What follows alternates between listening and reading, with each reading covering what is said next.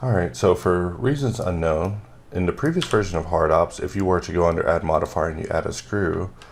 there was no intermediate adjustment of things between, 1 and the next whole number.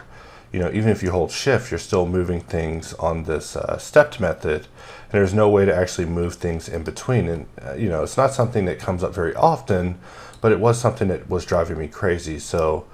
now we're running the latest version of HardOps, and if we were to just delete half that plane, you will see that now when we go under Add Modifier and Screw, we can actually move it on the finer increments and then hold Control in order to snap to 1, which is something that just made a lot more sense. I apologize for the inconvenience of that being a situation before, but now you're able to adjust things a lot smoother whenever you're inside the screw modal, if that's something that happens to become a situation.